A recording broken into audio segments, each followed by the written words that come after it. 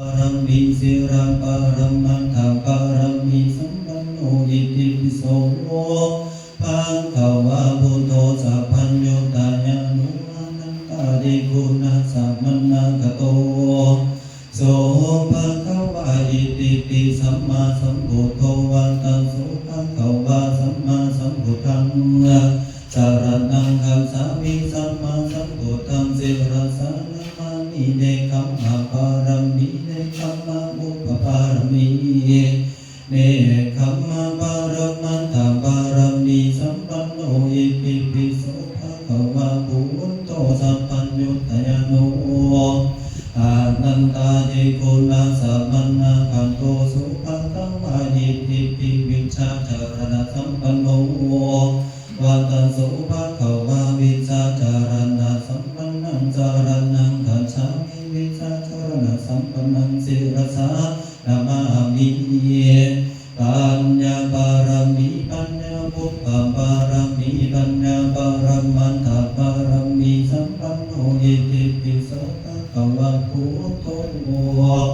สัมปัญโยตายานุอนันตาดิคุณัสสะมนะกะโตโสภะคะวะอิติปิโสภะโตวันตัสโสภะคะวะโสภะตังสารนังคัจฉามิสุขตังสิรสานะมามิวิริยะปารมีวิริยะโอปปารมีวิริยะปารมันตปารมีสัมปันโนอิติปิโสภะคะวะพุทโธสัพพัญญุตยานุอานันตาติคุณัสสะมนะกะโตโสภะคะวะอิติปิโลกาวิทูวันตัสโสภะคะวะโลกาวิทูสารนังคัจฉามิโลกาวิทูสิรสานะมามิคันติปารมีคันติอุปปารมีคันติปารมัตถปารมีสัมปันโนอิติปิโสภะคะวะพุทโธสัพพัญญุตยานุอานันตาดิคุณัสสะมนะกะโตโสภะคะวะอิติปิอนุตตโรปุริสธัมมาสารถิวัตโสภะคะวะอนุตตรังปุริสธัมมาสารถิสารนังคัจฉามิอนุตตรังปุริสธัมมาสารถิสิรสานะมามิสัจจะปารมีสัจจะอุปปารมีสัจจะปรมัตถปารมีสัมปันโนอิติปิโสภะคะวะพุทโธสัพพัญญุตยานุอานันตาติคุณัสสะมนะกะโตโสภะคะวะอิติปิสัทธาเทวมนุษย์สานังวัตตโสภะคะวะสัทธารังเทวมนุษย์สานังสารนังคัจฉามิสัทธารังเทวมนุษย์สานังสิรสานะมามิอันติฐานะปารมีอันติฐานะอุปปารมีอันติฐานะปารมัตถ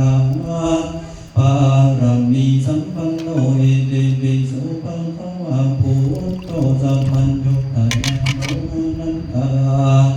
ติคุณัสสะมนะกะโตโสภะคะวะอิติพุทโธวันตัสโสภะคะวะพุทธังสารนังคัจฉามิพุทธังสิรสานะมามิเมตตาปารมีเมตตาอุปปารมีเมตตาปรมัตถปารมีสัมปันโนอิติปิโสภะคะวะพุทโธสัพพัญญุตยานุอานันตาติคุณัสสะมนะกะโตโสภะคะวะอิติปิภะคะวะวัตโสภะคะวะภะคะวันตังสารนังคัจฉามิภะคะวันตังสิรสานะมามิอุเบกขาปารมีอุเบกขาอุปปารมีอุเบกขาปรมัตถปารมีสัมปันโนอิติปิโสภะคะวะพุทโธสัพพัญญุตยานุอานันตาติคุณัสสะมนะกะโตโสภะคะวะอิติปิภะคะวะวันตัสโสภะคะวะภะคะวันตังสารนังคัจฉามิภะคะวันตังสิรสานะมามิพุทโธสั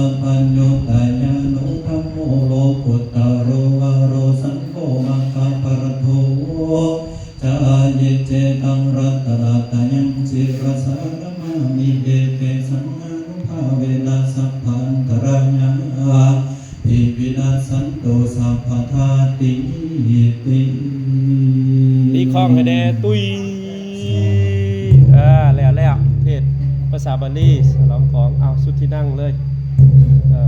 ถวายก่อไฟไว้มื้อจะถวายเด้อของบุญเด้อไว้ได้คลิกลี่ได้ไฟที่สุด5Gก็บ่ปานย่อเด้อฝันของคุณเนาะมื้อจังจับเวลาถวายก่อนมื้อนี้เฮาสิถวายตั้งแต่ซองปัจจัยก่อนเนาะถือไปเด้อจับไปเด้ออธิษฐานเอาเด้อโอเคเอาพร้อมเนาะเอาว่าตามเด้อพ่อนะโมตัสสะพร้อมกัน3เทื่อก่อนเด้อสุดที่นั่งเลยสุดที่นั่งเลยเนาะเอาว่าตามเด้อเด้อสุทินังวัตเมธานังทานังเมปาริสุทธัง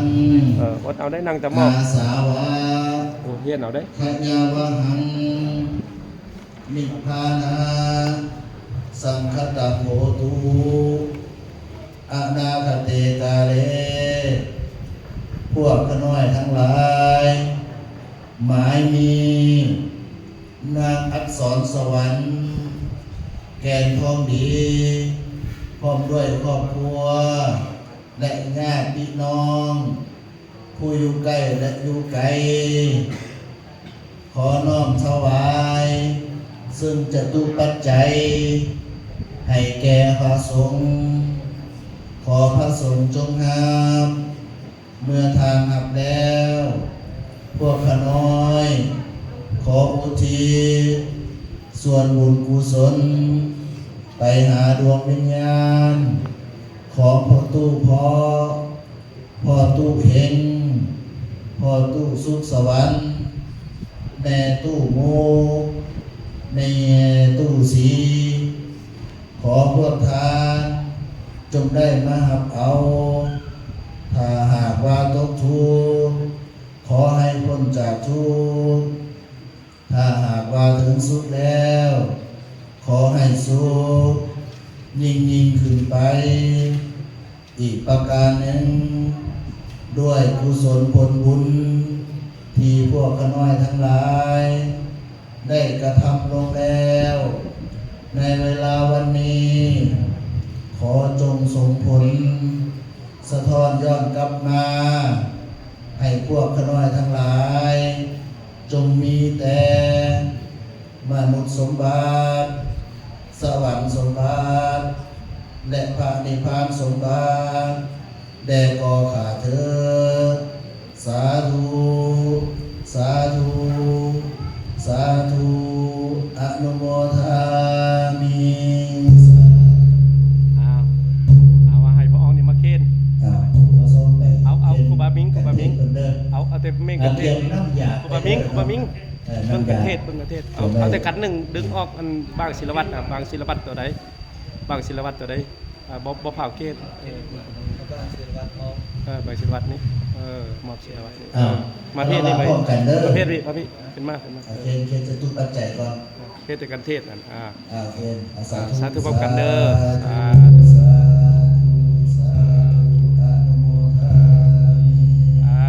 รวะกันนี่เอาการนี้พร้อมกันเนาะกายนาวาจายาวาเจตสวาพุทเทภูกัมมังปะกะตังมายายังพุทโธปฏิคันหันตุอาจายันตังกาลันตะเลสังวาลิตุมวะพุทเทกายนาวาจายาวาเจตสวาธัมเมภูกัมมังปะกะตังมายายังธัมโมปฏิคันหันตุอาจายันตังกะลันตะเลสังวาลิตุงวะธัมเมกายนาวาจายาวาเจตสวาสังเฆภูกัมมังปะกะตังมายายังสังโฆปฏิคันหันตุอาจายันตังกะลันตะเลสังวาริตุงวะสังเฆ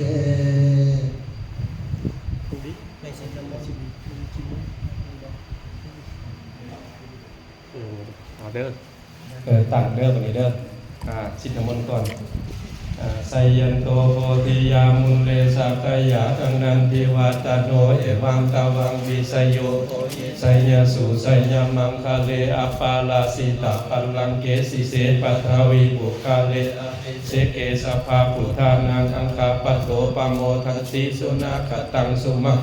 สุบัพพสังสุโหจิตังสุขโนสุมาโหโตจะสุยิตังพมมจาริสุปัฏฐกินังกายกัมมังวาจากัมมังปัฏฐกินังมโนกัมมังปานิติเตปัฏฐกินานิกัตตวานะอภันตเถปาทาคิเนญาตินำเด้อบัดนี้เด้อญาตินำเด้อนกมือให้ครูบาไม้อธิษฐานจิตเอานำคุมนำญาติครูบาไม้ได้ญาตินำเด้อนำญาติได้ไว้เอาสองของเท่านั้นนะเด้อญาตินำเด้อ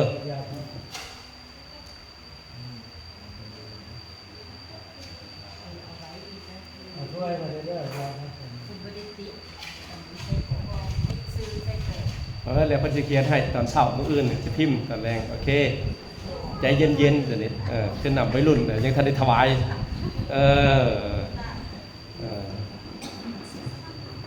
เอาเด้อครับยันนำเด้ออัตถสิเมอากาสิเมยติมีตาสักกาจเมเปทานังทักขินังกัจจาบุเพกตังมนุสลังนะสุขวาญาวัญญาปาลิเทวันนานะถังเปตานามาตายาเอวังติสันติยาจโยอายัญจักโกตากินากินาสุปาริติตาธิคารตังหิตายะสัทธนาโสอุปกัมปติโสยติธัมโมจาอายังนิตัสสิโตมุสาจักกัตตาหุลลาราภารัญจติคุณัมมานุปาติยังตุเมยิปุญญังปัสสุตังกันติสา